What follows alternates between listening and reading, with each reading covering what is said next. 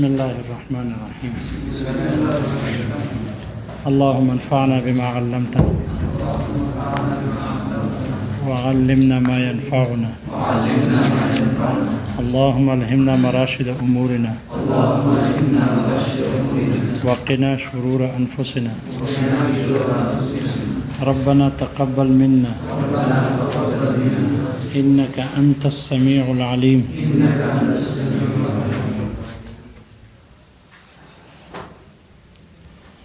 اسماء ظروف میں سے ہے لفظ عندہ.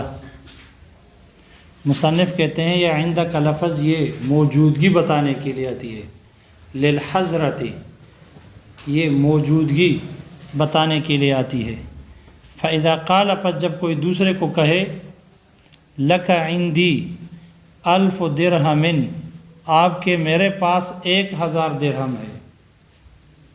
جب موجودگی بتاتی ہے تو اس کا مطلب ہے کہ آپ کے میرے پاس 1000 ہے. تو یہ 1000 بطور ودیعت امانت کے لازم ہوں گے، بطور دین کے نہیں ہوں گے. اس لیے کہ قرب والا معنی عندہ کا معنی ہے موجودگی. اب چاہے موجودگی حقیقتاً ہو یا حکماً ہو. حقیقتاً اس کے پاس موجود ہو جیسے کہ عندی مال حقیقتاً موجود ہے، اس وقت موجود ہے.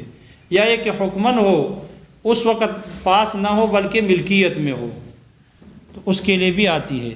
تو قربت کے لیے آتی ہے، موجودگی بتاتی ہے چاہے حقیقت ہو یا حکماً ہو. اور یقینی قرب وہ قرب ودیعت کی ہے، وہ دین کی نہیں ہے. دین بھی قریب ہوتا ہے لیکن اس سے زیادہ قریب قربت جو ہے وہ ودیعت امانت میں ہوتی ہے. اس لیے یہاں لکا علیہ لکا عندی 1000 درہم کہنے سے 1000 بطور ودیعت کے اور امانت کے لازم ہوں گے. ادائیگی لازم نہیں بلکہ حفاظت لازم ہوگی، اور 1000 امانت ہوگا نہ کہ یہ دین کے طور پر نہیں ہوگا. البتہ چونکہ دین کا احتمال ہے اس میں کہ یہ 1000 بطور دین کے ہو، کیونکہ وہ بھی تو قرب ہی قریب ہی ہوتی ہے، اس میں بھی قرب پایا جاتا ہے. تو چونکہ احتمال ہے اس لیے اگر اس کے ساتھ لفظ دین کو ملا دے اور یہ کہے کہ لکا عندی 1000 درہم دینا، تو پھر اس صورت میں یہ 1000 دین کے طور پر لازم ہو جائیں گے، پھر ادائیگی اس پر لازم ہوگی. تو عندہ کا لفظ اسماء ظروف میں سے موجودگی اور قربت بتانے کے لیے آتی ہے. اسی طرح ہے لفظ غیر. لفظ غیر اس کا استعمال کیا جاتا ہے صفت کے طور پر. غیر صفتی ہوتا ہے لیکن کبھی کبھی اس کا استعمال استثناء کے طور پر بھی کیا جاتا ہے، استثناء کے لیے بھی آتا ہے. لیکن اول استعمال اس کا اصل ہے جب صفتی ہو، صفت کے لیے استعمال ہو تو یہ اصل ہے، اور جب استثناء کے طور پر ہو تو وہ تابع ہے، وہ بطور تبع استعمال ہوتا ہے. لیکن یہاں اشکال ہے. اشکال یہ ہے کہ لفظ غیر تو اسماء ظروف میں سے نہیں ہے، اور یہ بات چل رہی ہے اسماء ظروف کی. تو اس کا مصنف شارح نے جواب دیا کہ اسماء ظروف میں سے غیر کو تغلیباً شامل کیا ہے، اور تغلیباً ان کو اسماء ظروف کہا گیا، وگرنہ یہ اسماء ظروف میں سے نہیں ہے.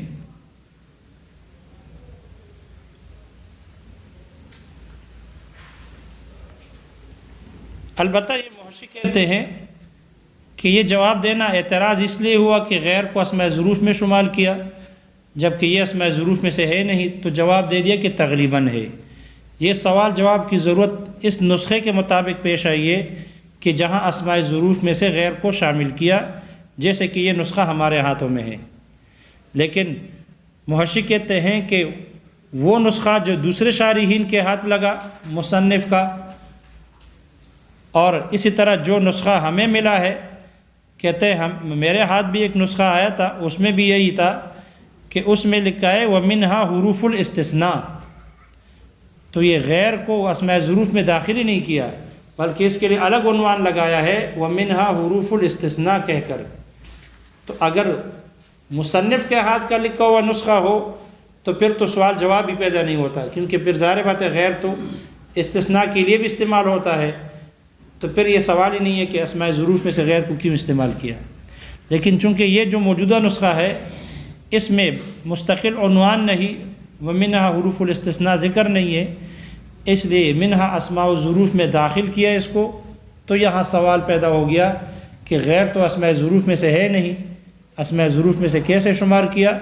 تو اس کا جواب شارح نے ذکر کیا کہ یہ تغلیباً ہے، اسماء ظروف کو اس پر غلبہ دیا گیا اور اس کو اس میں داخل کر کے انہی میں شمار کیا گیا۔ تو غیر کا لفظ آتا ہے صفت کے طور پر، اصل اس کا صفتی ہونا ہے، لیکن استثناء میں بھی استعمال ہو جاتا ہے، وہ تابع ہے۔ لہذا اگر کوئی آدمی لفظ غیر کو استعمال کر کے ہوئے صفت کے طور پر استعمال کرتے ہوئے یہ اقرار کرے لہو علیہ درہم غیر دانق، دو قسم کے درہم استعمال ہوتے ہیں، ایک درہم وہ ہوتا ہے جو کامل درہم، تام کامل درہم، دوسرے درہم وہ ہوتا ہے کہ جو ناقص ہوتا تھا، دو قسم کے درہم کا استعمال تھا۔ اگر درہم کے 6 حصے کر لیے جائے تو 1/10 ایک حصہ کاٹ کر کم کر کے وہ درہم اس کو بھی کہتے تھے درہم، لیکن یہ ناقص تھا، اس کا 1/10 کم کر کے یہ درہم ملتا تھا۔ تو دو قسم کے درہم رائج تھے، ایک میں پورا درہم تھا اور دوسرے میں 1/10 کا مقدار جس کو دانق کہا جاتا تھا یا دانق۔ تو جب یہ کہے لہو علیہ درہم غیر دانق، جب غیر کو رفع کے ساتھ پڑھے گا تو یہ غیر صفت بن جائے گی درہم کی، اس کے میرے ذمے ایسا درہم ہے جو درہم دانق نہیں ہے، غیر دانق۔ تو کون سا درہم لازم ہوگا، دانق والا غیر دانق والا؟ کامل درہم لازم ہوگا، سدس کی مقدار کا کم درہم نہیں بلکہ کامل درہم لازم ہو جائے گا، کیونکہ یہاں غیر رفع کے ساتھ ہے تو یہ درہم ان کی صفت ہے، اس لیے دانق والا درہم لازم نہ ہوگا۔ یعنی اس کلام کا پھر مطلب یہ ہو جائے گا کہ میرے ذمے اس کے ایسا درہم ہے کہ جو دانق کے مغایر ہے، اس کے مخالف ہے۔ لیکن اگر نصب کے ساتھ پڑھے اور یہ کہے لہو علیہ درہم غیر دانق، تو اب یہ غیر درہم کی صفت نہیں بلکہ استثناء الا کے معنی میں ہوگا، استثناء کے لیے ہوگا کہ اس کے میرے ذمے درہم ہے لیکن دانق نہیں ہے، سوائے دانق کے، سوائے مقدار سدس کے درہم ہے لیکن 1/10 مقدار نہیں، لہذا اب اس پر پورا درہم لازم نہ ہوگا بلکہ ناقص، وہ درہم جو ناقص ہے جس میں 1/10 مقدار نہیں پائی جاتی وہ درہم ہوگا۔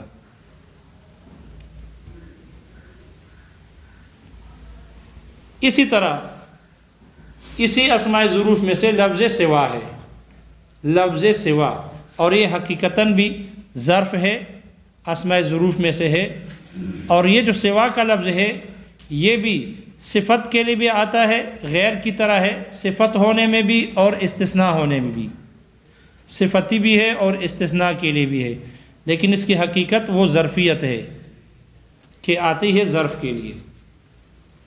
لیکن سوا پر اعراب چونکہ تقدیری ہے اور یہ صفتی بھی بنتی ہے اور استثناء کے لیے بھی ہے، لہذا اگر کوئی سوا کا لفظ استعمال کر کے اقرار کر لے اور یہ کہے لہو علیہ درہم سوا دانق، اب سوا کا کیسے پتہ چلے گا یہ مرفوع ہے یا منصوب ہے؟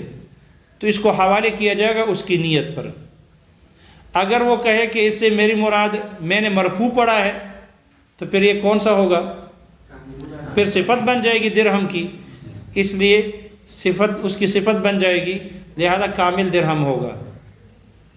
اور اگر یہ منصوب پڑھ کی نیت کر لے وہ کہ یہ میری نیت یا میں نے منصوب پڑھا ہے، ارادہ میرا منصوب کا ہے، تو پھر اس سے مراد ناقص درہم ہوگا، کامل درہم نہیں ہوگا، اور ایک دانق کم ہو جائے گا۔ یہ حوالے ہوگا اس کی نیت پر۔ اس لیے دیانتاً تو تصدیق کی جائے گی، لیکن قضاءً شاید شارح کہتے ہیں شاید قضاءً اس کی تصدیق قاضی تصدیق نہ کرے. کیوں؟ اس لیے کہ اگر وہ یہ کہہ دے لہو علیہ درہم سوا درہم دانکن، اور پھر کہے کہ میری مراد اس سے منسوب کی تھی، تو اب اپنے آپ کو فائدہ پہنچا رہے نا، ناقص درہم واجب کر رہے. پہلے کامل واجب ہو رہا تھا، تو چونکہ اس پر تہمت لازم آ رہی ہے اپنے آپ کو فائدہ پہنچانے کے، کہ تہمت ہے اس پر، اس لیے شارح کہتے ہیں شاید قاضی اس میں اس کی تصدیق نہ کرے. قضاً تصدیق نہ ہو اس صورت میں کہ جس میں اس کا فائدہ ہے، یعنی جب استثناء والی صورت ہو، دیانتاً تصدیق ہوگی.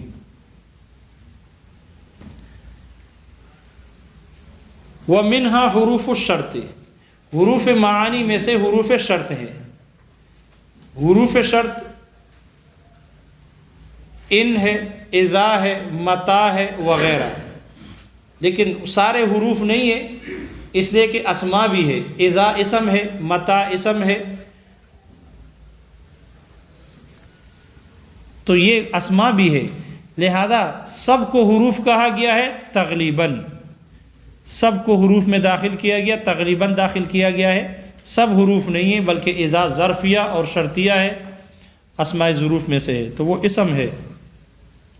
لیکن ان حرف شرط کو سب پر غلبہ دیا گیا اور سب کو حروف کہا گیا. مصنف کہتے ہیں اسماء یا حروف شرط میں سے ان کو مقدم کیا اور باقی اسماء شروط اور حروف شرط کو مؤخر کیا، اس لیے کہ جو ان ہے یہ شرط کے معنی میں اصل ہے، یعنی اس میں شرط والے معنی کے علاوہ کوئی اور معنی نہیں ہے، تو یہ مفرد کی طرح ہو گیا. اور باقی جو اسماء شروط یا حروف شرط ہیں وہ مرکب کی طرح ہے، اس میں شرطیت کے ساتھ ظرفیت بھی پائی جا رہی ہے. تو صرف شرطیت نہیں ہے، اس میں ظرفیت بھی ہے، ظرف زمان یا ظرف مکان. اس لیے وہ چونکہ بمنزلہ مرکب اور یہ بمنزلہ مفرد تھا، اس لیے ان کو مقدم کیا باقی حروف شرط پر یا اسماء شروط پر، کیونکہ اس میں شرط والا معنی ان شرط والے معنی میں اصل ہے. اس لیے مشارح کہتے ہیں کہ یہ استعمال ہی نہیں ہو سکتا بغیر شرط کے، یہ بغیر شرط کے استعمال نہیں ہوتا، انہیں ظرفیت کے لیے نہیں آتا، جبکہ دوسرے اسماء اور حروف جو ہے وہ شرط کے ساتھ ساتھ ظرفیت کے لیے بھی آتے ہیں، اس لیے ان کو مقدم کیا. لیکن اس پر اشکال ہے، شارح نے اس کو کہا کہ یہ صرف شرط ہی میں استعمال ہوتا ہے، بغیر شرط کے استعمال نہیں. اس پر اعتراض ہے. اعتراض یہ ہے کہ ان تو جیسے شرط کے لیے استعمال آتا ہے، ان تو نفی کے لیے بھی آتا ہے، ان تو نافیہ بھی ہوتی ہے، تو پھر یہ کیسے کہا؟ شارح نے حصر کے طور پر کہا کہ اس کا استعمال صرف شرط ہی میں ہوتا ہے، بغیر شرط نہیں. اس لیے محشی کہتے ہیں یہ حصر باطل ہے، یہ حصر درست نہیں ہے. زیادہ مناسب اور درست بات یہ تھی شارح کے لیے کہ یہ کہتے کہ ان دو طرح کا ہے، ان دو حرف ہیں، ایک ان حرف شرط کے لیے آتا ہے اور ایک ان جو ہے وہ نافی کے لیے نافیہ ہے، ایک شرطیہ اور ایک نافیہ ہے.